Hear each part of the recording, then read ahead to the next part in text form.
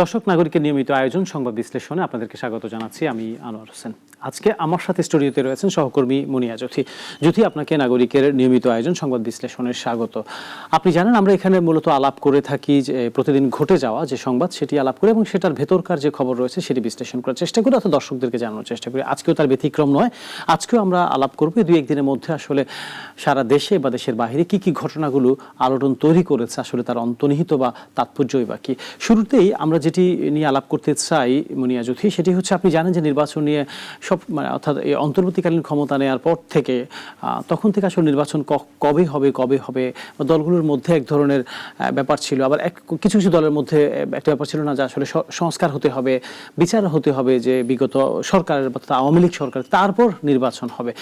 এইসব কথা বলা বলের মাঝখানে অন্তর্বর্তীকালীন সরকার প্রধান একটি নির্দিষ্ট সময় ঘোষণা করেছে, অর্থাৎ ফেব্রুয়ারিতে নির্বাচন হবে। এবং আমরা এটাও জেনেছি যুথি যে আগামী সপ্তাহে হচ্ছে এক ধরনের রোডম্যাপ ঘোষণা করা হতেও পারে নির্বাচন নিয়ে। কিন্তু এর মধ্যে খটকা জায়গাটি হচ্ছে জামায়াতে ইসলাম, এনসিপি, বিশেষত এনসিপি স্পষ্ট করে বলেছে ফেব্রুয়ারিতে নির্বাচন হতে দেয়া যাবে না, এবং জামায়াতে ইসলাম বলছে পিআর এবং সংস্কার ছাড়া নির্বাচন হতে পারবে না। আবার কালকে দেখলাম যে ইসলামিক আন্দোলনও বলছেন যে আসলে পিআর পদ্ধতিতেই তারা চায়। এবং দেখেন আরেকটি সবচেয়ে গুরুত্বপূর্ণ তথ্য হচ্ছে দর্শকদেরকে জানা উচিত, যেখানে ডক্টর মোহাম্মদ ইউনূস লন্ডনে বৈঠকের পর অর্থাৎ বিএনপির ভারপ্রাপ্ত চেয়ারম্যানের সাথে বৈঠকের পর থেকে এক ধরনের আভাস দিয়েছিলেন যে আসলে ফেব্রুয়ারিতে নির্বাচন হবে। পরে তো তিনি জাতির উদ্দেশ্যে ভাষণে সেটি স্পষ্ট করলেন। কিন্তু গতকালকেই বা এর আগের দিন যখন হচ্ছে উনি মালয়েশিয়াতে গেলেন, বা গতকালকে হচ্ছে সিএনএন একটি সাক্ষাৎকার প্রকাশিত হলো, তিনি বলছেন যে আসলে সংস্কার এবং একই সাথে বিচার প্রক্রিয়া শেষ না হলে যদি নির্বাচন তাহলে পূর্বের অবস্থায় ফিরে যাওয়ার মতো ঘটনা ঘটবে। তাহলে আসলে ব্যাপারটা কি এক ধরনের আগামী নির্বাচনের শঙ্কা তৈরি হচ্ছে বলে আপনার কাছে মনে হচ্ছে কিনা? কারণ নানামুখী কথা শুরু হয়েছে, অলরেডি দুটি ভাগে বিভক্ত হয়ে গেছে। আনোয়ার, ধন্যবাদ। নির্বাচন নিয়ে শঙ্কা তৈরি হয়েছে কিনা এক কথায় তো আসলে এভাবে বলা যাচ্ছে না। শঙ্কা যে কালকের বক্তব্যের পরে তৈরি হয়েছে ব্যাপারটা এমন না, শঙ্কা আসলে আগে থেকেই ছিল। কেননা আপনারা মানে যখন মাঠে কাজ করেছেন, যখন বিভিন্ন জায়গায় গিয়েছেন, আমরা যখন গিয়েছি, আমরা একটা ব্যাপার লক্ষ্য করেছি, সেটি হচ্ছে যে সবচেয়ে বড় দল, রাজনৈতিক দল বিএনপি অনেকটাই তো এগিয়ে এবং দীর্ঘ প্রায় 17 বছর ক্ষমতার বাইরে। সবাই বলছিল ক্ষমতার অনেক কাছাকাছি একটি দল। সুতরাং সেই জায়গা থেকে তারা রাজনীতির মাঠে সবসময় আসলে তাদের যারা জনপ্রিয়তা সেটি ধরে রাখার চেষ্টা করবে, তাদের কৌশলটিকে দেখানোর চেষ্টা করবে, এবং একই সাথে তারা চাইবে যে খুব দ্রুত নির্বাচন হোক এবং সেটি একটা যৌক্তিক সময়ের মধ্যে। বলছিলেন জামায়াতে ইসলামী বা ইসলামী আন্দোলন যে দলগুলো রয়েছে তাদের একটি মন্তব্য, তারা পিআর এর কথা বলছে, সেটি তাদের একটি কৌশল।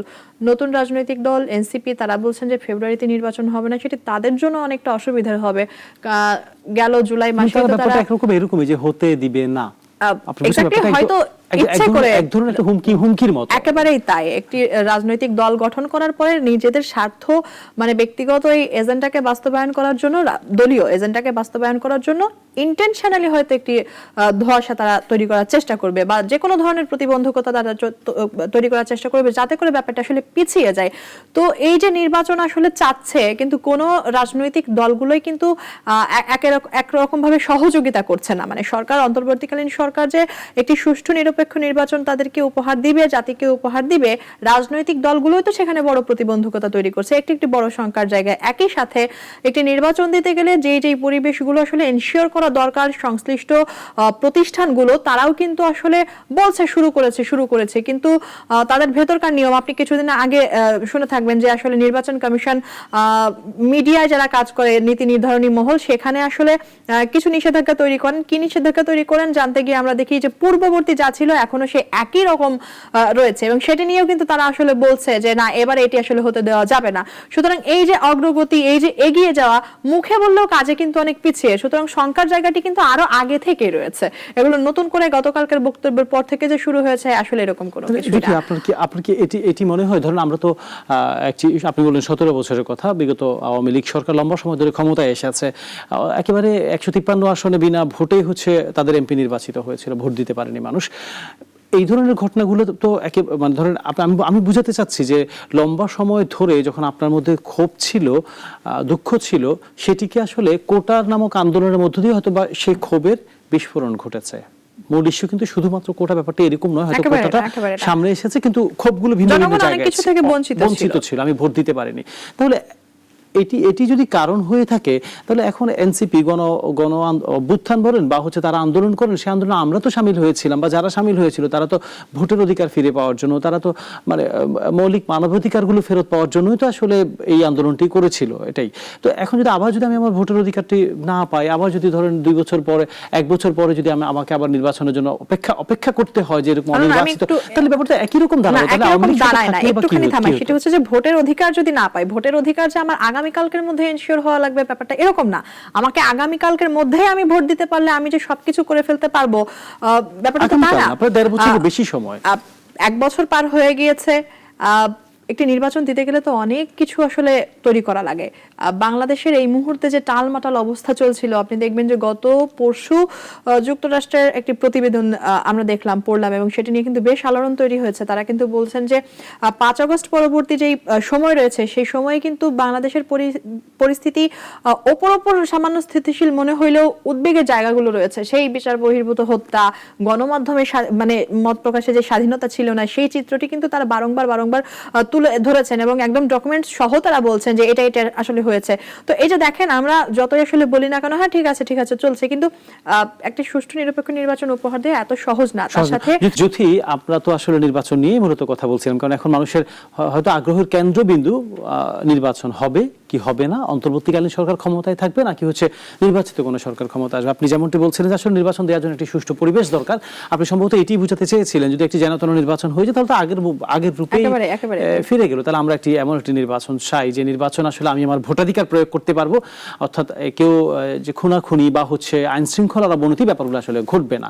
কিন্তু যদি এমনও তো দৃষ্টান্ত আমাদের আছে যে 3 মাসের মধ্যেও যে তত্ত্বাবধায়ক সরকার বলেন বা এরকম সরকার নির্বাচন দেওয়ার এক ধরনের এক্সাম্পল আমাদের মধ্যে আছে, তাহলে এই যে বছর পার করে ফেললো, তাহলে এরা আর কত সময় দিবে? আমার কথা হচ্ছে অনির্বাচিত সরকারই বা কেন বারবার ক্ষমতায় থাকতে হবে, বা আরো লম্বা সময় কেন থাকতে হবে? এনসিপি বা কেন বলছে যে আসলে আপনারাই ক্ষমতায় থাকেন? জামায়াত ইসলামী বা কেন বলছে যে জামায়াত তো একসময় নির্বাচন চেয়েছে যে না দ্রুত নির্বাচন হোক, আওয়ামী লীগ আসলে সরে যাক? আচ্ছা, তার আগে আমি আপনাকে প্রশ্ন করব, সেটি হচ্ছে যে সচিবালয়ে গত পরশু আসিফ মাহমুদ সজীব ভাই তিনি কি মন্তব্য করেছেন কোন একটা গতকালকে কথায় তিনি বলছিলেন কি যে সরকারকে যে আসলে যদি মূল্যায়ন করতে হয় তাহলে এক কথায় বলতে গেলে মানে সফলতা চেয়ে ব্যর্থতাই বেশি, এরকমই কিন্তু বলেছেন। সুতরাং সরকার পক্ষের কেউ যখন আসলে এরকম কথা বলছেন, তাদের দায় বা তাদের ব্যর্থতার জায়গা তারা স্বীকার করে নিচ্ছেন, সুতরাং তাদেরকে আপনি যখন বলবেন যে 3 মাসের মধ্যেও কেউ নির্বাচন উপহার দিয়েছে, তাদের সাথে এই তুলনায় যাওয়াটাই আমাদের উচিত না। মানে এই তুলনা তাদের সাথে কোনো রকম ভাবে হতে পারে না। গত 1 বছরের ইতিহাস সেটা আমাদেরকে আসলে বলে না। গত 1 বছরে বাংলাদেশের মানুষ যা উপহার পেয়েছে, যা ভোগ করেছে, সেই জায়গা থেকে তাদের কাছে এই প্রত্যাশাটা এই মুহূর্তে আসলে রাখতে পারি না। তাহলে যদি আমরা যেহেতু প্রত্যাশা রাখতে পারি না, আপনি বলছেন যে আসলে ব্যর্থতার পাল্লা বেশি, আপনি না তারা বলছেন এটা, হ্যাঁ, তাহলে সেই জায়গা থেকে এরা তো আরো 2 বছর থাকলেও সেই সফলতার পাল্লা কেন থাকতে চাচ্ছে আমরা তো জানি না। বাংলাদেশের মানুষ তো অনেকটা আসলে আশা নিয়েই তাদেরকে এই চেয়ারটা দিয়েছিল, বসিয়েছিল, ছাত্রদের উপর ভরসা করেছিল। ঠিক আছে, গণ অভ্যুত্থানে একটা বিপ্লব তারা সফলভাবে উপহার দিয়েছে, এবং সেখানে কিন্তু সবার সমান অংশীদারিত্ব ছিল। তো পরবর্তীতে তাদের মধ্যে আসলে এই ব্যাপারটা অভিযোগ উঠে আসে যে যখন রাজনৈতিক দল গঠন করলো তখন কিন্তু তারা আসলে এই বিপ্লব বা গণ অভ্যুত্থানের যে অনুভূতি এটিকে আসলে চুরি করতে চাচ্ছিল, সেটিকে পুঁজি করতে চাচ্ছিল। যখন রাজনৈতিক দল তারা আসলে গঠন করে ফেললো, তখন তারা এই সংস্কার বিচার তারা যেটি বলে তারাই কিন্তু সেই প্রসেসটাকে আসলে লেন্দি করে ফেলছিল। শুধুমাত্র এখন সবাই বলছে, কোনো জায়গায় গিয়ে তারাও বলছে যে তাদের রাজনৈতিক স্বার্থ বাস্তবায়নের জন্য, তাদের রাজনৈতিক স্বার্থ বাস্তবায়ন করতে গেলে এই মুহূর্তে নির্বাচন বা মাঠ গোছানোর যে কাজগুলো রয়েছে, তৃণমূলে পৌঁছানোর যে কাজগুলো রয়েছে, সেই কাজগুলো তো তারা করে উঠতে পারেনি। সুতরাং তারা আপনাদেরকে যে স্বপ্ন দেখিয়েছে সেই স্বপ্ন থেকে সাধারণ জনগণকে তারাই তো পিছিয়ে রেখেছে। ঠিক আরেকটি বিষয় সবচেয়ে আলোচিত এই মুহূর্তে, অর্থাৎ আপনি জানেন যে লুটপাটের যে ঘটনা, সবাই বলছে কেন এটি আসলে বন্ধ করতে পারছে না সরকার। আপনি জানেন যে পরিবেশ উপদেষ্টা অনেক সুন্দর কথা বলেন, আপনি জানেন যে আমরা ওনার স্পিচ মনে হয় সবাই শুনে, বেসিক্যালি একদম সবাই শুনে। উনিও সম্ভবত অসহায়ত্ব প্রকাশ করেছেন যে সর্বদলীয় ঐক্য হয়েছে যে আসলে ভোলাগঞ্জে পাথর উত্তোলনে। তাহলে উনি উপদেষ্টা, উনি এটিও বলেছেন যে উনি যখন পরিবেশ নিয়ে কাজ করেন, বা উনি তো এখনো একজন পরিবেশবিদ, তো সে জায়গায় তখন তিনি পেরেছিলেন, বাট এখন কেন তিনি পারেন? এখন তো উনি ক্ষমতার অংশীদার, উনি চাইলেই পারতেন।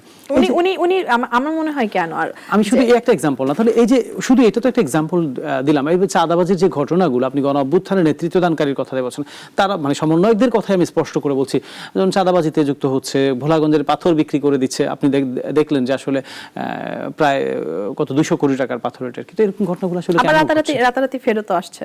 সেরকমও দেখছি, সেটা মাত্র সেগুলো নিয়ে খুবই অল্প। খুবই নগণ্য পরিমাণে, খুবই সামান্য, কিন্তু ব্যাপারগুলোকে আসলে এরকমই যে কোনো বিষয় নিয়ে যদি আলোড়ন তৈরি হয় আবার রাতারাতি সেই চেহারা যদি পরিবর্তন হয়ে যেতে পারে। আপনি বলছিলেন যে তিনি অসহায়ত্ব প্রকাশ করেছেন, আরে অসহায়ত্ব বাংলাদেশের মানুষ গত 16 বছর ধরে ছিল, গত 17 বছর ধরে ছিল। আপনি অসহায় জায়গা ছিলেন, আপনি আন্দোলন করেছেন, আপনার কাছে এখন ক্ষমতা আছে, আপনি ভেতরকার অবস্থা দেখতে পাচ্ছেন, আপনার অসহায়ত্ব বাংলাদেশের মানুষকে বলেন যে আমি কি দেখেছি, আমাদের ব্যর্থতা কোথায়, আমরা পারছি না কেন।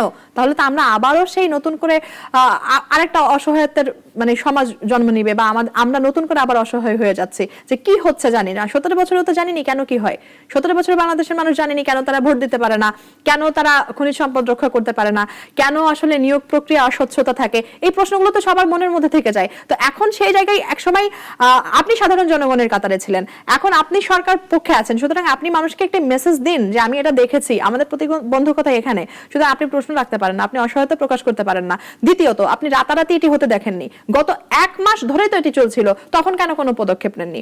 তখন তারা বলছে যে টুরিস্ট পুলিশ সেখানে ছিল, তো ইনফর্ম তো করতে পারতো, তারা তো প্রশাসনের একটি অংশ। আপনি এই দায়িত্ব কোনোভাবে এড়িয়ে যেতে পারেন না। চাঁদাবাজির কথা বলছিলেন বা অন্য যে কোনো কিছুর কথা আসলে বলছিলেন, এই জায়গায় তো আসলে একদম সোজা কথাই সরকার তো দায় এড়িয়ে যাচ্ছে। সরকার তো তাদের যে যে স্টেপগুলো নেওয়া দরকার দায় কেন এড়াচ্ছে? সত্যি কথা বলতে গেলে তাদের কাছে মনে হচ্ছে যে রাজনৈতিক সংকট তো তৈরি হয়ে আছে, আমি যদি নতুন করে এই জায়গাগুলো হাত দিই আরো সংকট বাড়বে। এই সংকটটিকে এড়ানোর জন্য কিন্তু তারা আসলে দাঁড়িয়ে যাচ্ছে। সেটা তো ভোলাগঞ্জের কথাই বলছেন আপনি। এখন তো চাঁদাবাজির ব্যাপারটি আমার প্রশ্ন হচ্ছে, যারা গণ অভ্যুত্থানের নেতৃত্ব দানকারী, আচ্ছা, চাঁদাবাজির ব্যাপার, চাঁদাবাজির কথা আপনি যখন বলছিলেন, চাঁদাবাজির জায়গায় তো বড় রথী মহারথীদের নাম যখন চলে আসলো, তখন কি সরকার সেটা আমলে নিয়েছিল? কেন নেয়নি? তাহলে আমি এটাকে কেন দায়সারা পদক্ষেপ বলবো না? এবং সে যখন নিল না, তখন কি কি সমস্যা হলো?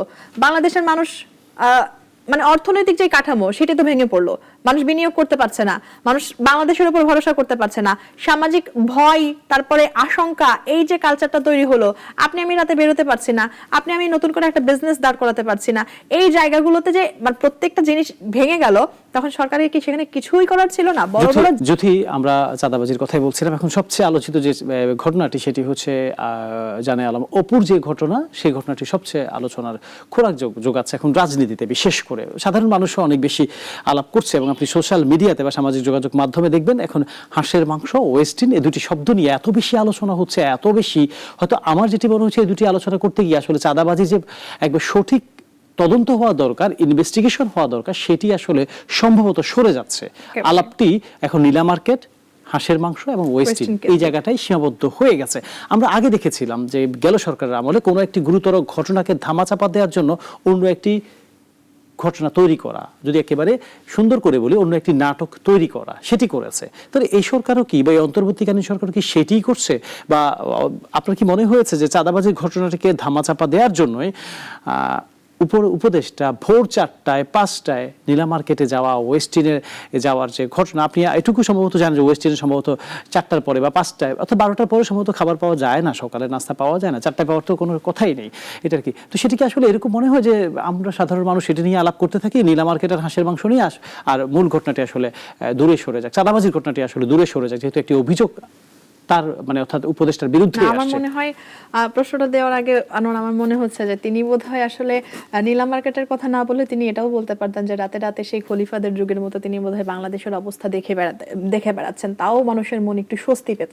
কিন্তু এই যে সরকার পক্ষে থেকে একটি হাস্যকর মন্তব্য করা, দেখেন এগুলো আসলে না তাদের উপর অনাস্থার জায়গায় বেশি তৈরি করছে, তাদের উপর বিরক্তি তৈরি করছে। এরকম একটি গুরুত্বপূর্ণ ইস্যুতে আপনি বলছিলেন যে চাঁদাবাজির যে অভিযোগগুলো আসছে সরকার দায়সারা মনোভাব দেখাচ্ছে এবং এটির আসলে পরিবর্তন কেন হচ্ছে না। তার আগে একটি বড় পয়েন্ট হচ্ছে সরকার যখন এটি নিয়ে তদন্ত করছে বা এখনো পর্যন্ত আমাদের চোখে আসলে ওরকম পড়ে না যে সে আসলে কোনো বড় কোনো ইস্যু নিয়ে তদন্ত করার জন্য আলাদা করে কোনো উদ্যোগ গ্রহণ করেছে। আমি আরো একটু স্পষ্ট করে বলতে পারি, সেটি হচ্ছে যে বড় কোনো কর্মকর্তার নাম যদি আসে, এরকম দৃষ্টান্ত কিন্তু আমরা আওয়ামী লীগ সরকারের আমলে দেখেছিলাম। এই যে ছাগল কাণ্ড বা যা কোনো কিছু হোক না কেন, বড় বড় রথী মহারথীদের নাম যখন এসেছে খুঁটিয়ে দেখা হয়েছে এবং তারপর থেকে তো আস্তে আস্তে থলের বিড়ালটি বের হয়ে আসলো, কিন্তু এই সময় এসে সেটিও কিন্তু দেখছি না। এটা কিন্তু খুবই মানে হতাশার জায়গা। যখন এখানে আপনার বিএনপি থেকে ইশরাকের নাম আসলো, যখন এখানে আপনার সজীব ভুঁইয়ার নাম আসলো, তখন এই দুইটি বিষয়কে সরকারের কেন আসলে পাশ কাটিয়ে যেতে হলো? কেন আপনি সেটা সমূলে হাত দিলেন না, গভীরে মূলোৎপাটনের চেষ্টা করলেন না? গভীরে হাত দিলে আপনি কি দেখতে পারতেন? সবচেয়ে প্রথমত আমি যেটি আসলে বিশ্বাস করে দেখতে পেতেন যে এখানে শুধুমাত্র জানি না আপনাকে নিজেকে জবাবদিহিতার জায়গা তৈরি করতে হলেও বোধহয় এই জায়গাটি আসলে দৃষ্টান্ত স্থাপন করা দরকার ছিল যে আমরা এখানে ইনক্লুডেড না, এক্সক্লুডেড ভিন্ন কিছু। আপনি যা কিছু উপস্থাপন করতে পারতেন, তদন্তে যেটি মানে পেতেন আপনি সেটাই দেখাতেন, অন্তত মানুষের মনে এটুকু স্বস্তি আসতো যে না, ট্রান্সপারেন্সির জায়গাটা আসলে তৈরি হয়েছে। কিন্তু সেটি আমরা দেখি নাই। তদন্ত করতে গেলে যেটি হতো সেটি হচ্ছে যে কোনো ঘটনা একক সম্পৃক্ততাই হয় না। এর আগে আমরা দেখেছি বড় বড় প্রশাসনিক কর্মকর্তারা সরাসরি চাঁদাবাজির ঘটনায় কিন্তু সম্পৃক্ত। সুতরাং সেই জায়গাটিতে আপনি যখন নাড়া দিতে যাবেন, পুরো ছকই কিন্তু পাল্টে যাবে, পুরো পরিস্থিতি কিন্তু পাল্টে যাবে। ধরেন ইনভেস্টিগেশন হলো, হ্যাঁ, ক্ষমতাসীন কারো বিরুদ্ধে কি আসলে এরকম ইনভেস্টিগেট করা সম্ভব? আমি যদি স্পষ্ট করে বলি, আসিফ মাহমুদ সজীব ভুঁইয়া যেটি জানে আলম অপু বলেছেন যে আসলে তাকে গুলশানে হেলমেট পরা অবস্থায় তার সাথে কথা হয়েছে চাঁদাবাজির ইস্যুতে, তার সাথে আসলে দেখা হয়েছে, কথা হয়েছে। যদিও আসিফ মাহমুদ বলেছেন, হ্যাঁ, আমি বলছি যদি তদন্ত হয়েও থাকে, একজন ক্ষমতাসীনের বিরুদ্ধে সেই তদন্ত করা আসলে সম্ভব কিনা, যেহেতু উনি এখন একজন উপদেষ্টা একেবারে। আনোয়ার, আমি আপনার কথা বুঝলাম যে ধরুন এটা অসম্ভব, কিন্তু আসিফ মাহমুদ সজীব ভুঁইয়ার তো কেউ একজন অভিযোগ এনেছে, তার তো সম্মানহানি হয়েছে। এরকম একটি দায়িত্বশীল জায়গা থেকে একজন র্যান্ডম কথাগুলো কিন্তু বলে দিতে পারেনি, এবং তার সাথে কিন্তু ইশরাককে ইনক্লুডেড করা হয়েছে। সুতরাং সে যে আপনার সম্মানহানি করলো সেটি নিয়েও তো আপনার কনসার্নের জায়গা থাকতে পারতো, সেটি নিয়েও তো আপনি কিছু করেননি। তো এই জায়গাগুলো তো আসলে নতুন নতুন করে প্রশ্নের জন্ম দেয়, এবং আপনার প্রত্যেকটা বক্তব্যই তো হাস্যকর। আপনি জানেন এর কোথায় কি হয়, কোথায় 4টার সময় খাবার পাওয়া যায়, কোথায় খাবার পাওয়া যায় না, কোনটা বাংলাদেশের মানুষ খাবে, কোনটা বাংলাদেশের মানুষ খাবে না। আপনি যেমনটি বলছিলেন যে আগেকার যখন রাষ্ট্রীয়ভাবে বড় কোনো আসলে ইস্যু তৈরি হতো, তখন কিন্তু বিভিন্ন নাটক সাজানো হতো। অমুক কয়টা বিয়ে করলো, তমুকের বাসায় কাকে পাওয়া গেল, কার বাসায় মাদকের পরিমাণ বেশি পাওয়া গেল, রাত্রেবেলাকে লাইভে এসে হেল্প চাইলো, সেগুলো কিন্তু তৈরি করা হতো, আমরা কিন্তু দেখেছি। এখনো কি তার ব্যতিক্রম? মোটের ব্যতিক্রম না। এখন আপনি তো দেখছেন যে সামাজিক যোগাযোগ মাধ্যমে কিন্তু মূল ফোকাসটা সরে গেছে। এখন প্রত্যেকে, আপনি গণমাধ্যমগুলোর চিত্র একই রকম, আপনি দেখেন প্রত্যেকটা গণমাধ্যমে প্রথম সারি থেকে একেবারে যে গণমাধ্যমগুলো রয়েছে, হাঁসের মাংসর রেসিপি তারা দিচ্ছে। ব্যাপারটি আসলে ব্যাপারটা কি, মানে কিভাবে রান্না করতে হবে, কিভাবে খেতে হবে, দেখেন ফোকাস পয়েন্ট কিন্তু সরে গেছে। হ্যাঁ, একেবারে তাই। সেই পয়েন্টই ছিল যে আসলে চাঁদাবাজির ইস্যু নিয়েই তো আমাদের কথা বলা সবচেয়ে দরকার ছিল, যে জানে আলম অপু যে অভিযোগটি করেছেন সেই অভিযোগ নিয়ে কথা বলা। সেই অভিযোগের প্রেক্ষিতে আমরা আসলে কি পদক্ষেপ গ্রহণ করেছি, কি আমাদের ফাইন্ডিংস ছিল, কতটুকু আমরা এগিয়েছি, তার কোনো কিছুই তো আমি জানি না। কিন্তু আধা ঘন্টা পরে আমি দেখেছি, যখন আমি তো সেখানে ছিলাম সংবাদ সম্মেলনের পরে আধা ঘন্টা পরে দেখলাম দেশের শীর্ষস্থানীয় একটি গণমাধ্যম নিউজ করলেন যে আসলে হাঁসের মাংস রেসিপি কিভাবে বানাতে হবে, কতটুকু হাঁসের মাংস আপনার জন্য নিরাপদ। এখন সোশ্যাল মিডিয়াতে প্রত্যেকে দিচ্ছে। আমার তো মনে হয়েছে নীলা মার্কেট হাঁসের মাংস এবং ওয়েস্টিন, এই তিনটি জায়গা এখন এত বেশি পপুলার হয়ে গেছে, যারা চিনতো না তারাই চিনতো। এত বেশি তীব্র হয়ে গেছে গত 17 বছরের সাথে আমি তুলনা করব না, পূর্ববর্তী যে কোনো সময় এত বেশি সংকটের যে এখন আপনাকে কারোর নিন্দা করতে হলো, বিরক্তি প্রকাশ করতে হলো, সেটি রূপও করতে হচ্ছে। এটা খুবই হতাশার জায়গা, উদ্বেগের জায়গা। একদম। আসলে আমাদের সম্ভবত এটি থেকে পরিত্রাণের খুব বেশি উপায়ও নেই। আমরা তো লম্বা, অর্থাৎ প্রায় 54-55 বছর ধরেই একই ধরনের কথা দেখে আসছি, চাঁদাবাজি। আমরা তো চেয়েছিলাম যে এই গণ অভ্যুত্থানে আমরাও তো কোনো না কোনোভাবে সমর্থন দিয়েছিলাম, অংশ নিয়েছিলাম, যে একটি পরিবর্তনের আশায়, যে নিশ্চয় 17 বছর আপনি যেটি বলছেন আমরা বঞ্চিত ছিলাম অনেক কিছু থেকে, নিশ্চয় এরা যখন আসবে সম্ভবত আমাদের কিছুটা পরিবর্তন দেখাবে, এটা আর কি। সেই পরিবর্তন সম্ভবত আমরা খুব সহসা দেখতে পাবো। এটা কি আপনার সহসা দেখতে পাবো, এটা কি মনে হচ্ছে? খুব কাছাকাছি যে রয়েছে ব্যাপারটা তাও না, খুব দূরে রয়েছে, অনেকটা দূরে রয়েছে। কেন রয়েছে, কেন রাখা হচ্ছে, আমরা সত্যি এক কথাই বলতে পারবো না। কিন্তু মোটা দাগে আসলে বলতে গেলে যাদের উপর ভরসা করেছি তারাই তো আসলে ধোঁয়াশা তৈরি করে রেখেছে। সুতরাং ভরসার জায়গায় আমরা বারবার কিন্তু প্রতারিত হচ্ছি, বারবার কিন্তু কষ্ট পাচ্ছি, আহত হৃদয় নিয়ে আমরা বারবার ফেরত আসছি। যদি আমরা একেবারে শেষ পর্যায়ে চলে এসেছি, নিশ্চয় অন্য কোনো দিন অন্য কোনো বিষয় নিয়ে আবারও আপনার সাথে আলাপ হবে। দর্শক, নাগরিকের সংবাদ বিশ্লেষণ আজকের মতো এখানে শেষ করছি। অন্য কোনো দিন আবারও দেখা হবে। সেই পর্যন্ত ভালো থাকুন।